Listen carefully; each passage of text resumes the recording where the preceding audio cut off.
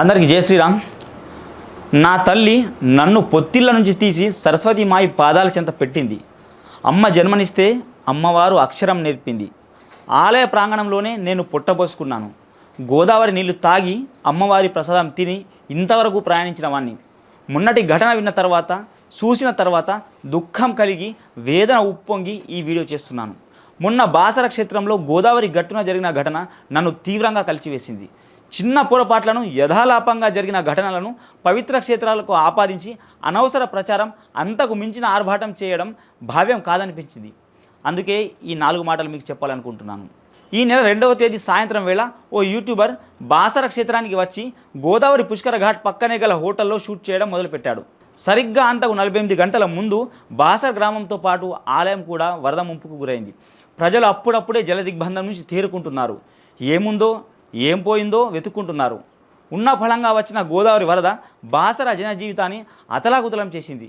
కొన్ని గంటల పాటు కట్టు బట్టలతో గడిపిన ప్రజలు ఊపిరి పీల్చుకుంటున్న సమయంలో శవాల మీద పేలాలు ఏరుకునే తీరుగా యూట్యూబర్ బాసర క్షేత్రంలోకి అడుగుపెట్టి హోటల్లో పడిన ఓ బీర్ బాటిల్ని చూపిస్తూ బాసర క్షేత్రం తాగుబోతులకు అడ్డాగా మారిందంటూ అవాచవాకులు పేలాడు.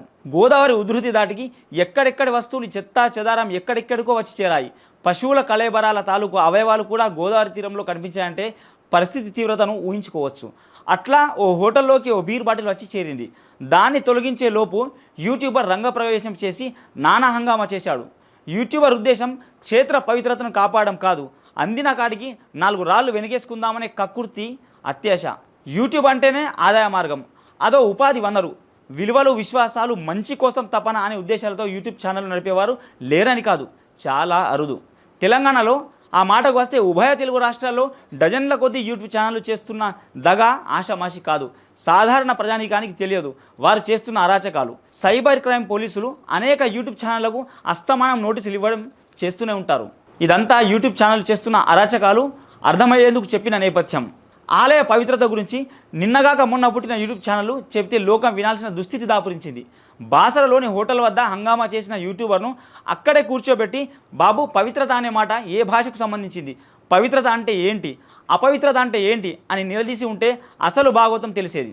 మనం ఏ భాష మాట్లాడుతున్నామో, దేని గురించి మాట్లాడుతున్నామో, ఏ సందర్భంలో ఏ సన్నివేశంలో మాట్లాడుతున్నామో తెలియకుండా, సోయి లేకుండా మాట్లాడే బాధ్యత లేని యూట్యూబర్లను చెంప చెల్లుమనిపిస్తే ఇలాంటి ఘటనలు పునరావృతం కావు. ఆలయ ప్రాంగణంలో, పరిసరాల్లో అపవిత్రపు పనులు, అభ్యంతరకర చేష్టలు కనబడితే ఎవరైనా ఖండించాల్సిందే. వేద మంత్రోచ్చరణలు జరుగుతున్న చోట అందుకు విరుద్ధమైన పనులను ఖచ్చితంగా నిషేధించాలి. దాన్ని ఆలయ సిబ్బంది మాత్రమే కాదు, బాధ్యత గల ప్రతి భక్తుడు బాధ్యతగా ప్రశ్నించాలి, నిలదీయాలి. బాసర క్షేత్రానికి కొన్ని వందల అడుగుల దూరంలో ఉన్న హోటల్లో వరదకు కొట్టుకొచ్చిన బీర్ బాటిల్ కనిపిస్తే ఆ మాత్రానికి అమ్మవారి క్షేత్రానికి అపవిత్రత ఆపాదించడం ఏమి సంస్కారం? ఇదా మనం నేర్చుకున్నది. ఎవరో ఎక్కడో పాడు పనులు చేస్తే ఆలయాలు అపవిత్రమైపోవు. మన స్వార్థం కోసం, అత్యాశ కోసం నోటికొచ్చినంత వాగి దానికి క్షేత్ర పవిత్రతను అంటగడితే అంతకు మించిన బుద్ధి మహంద్యం మరొకటి లేదు.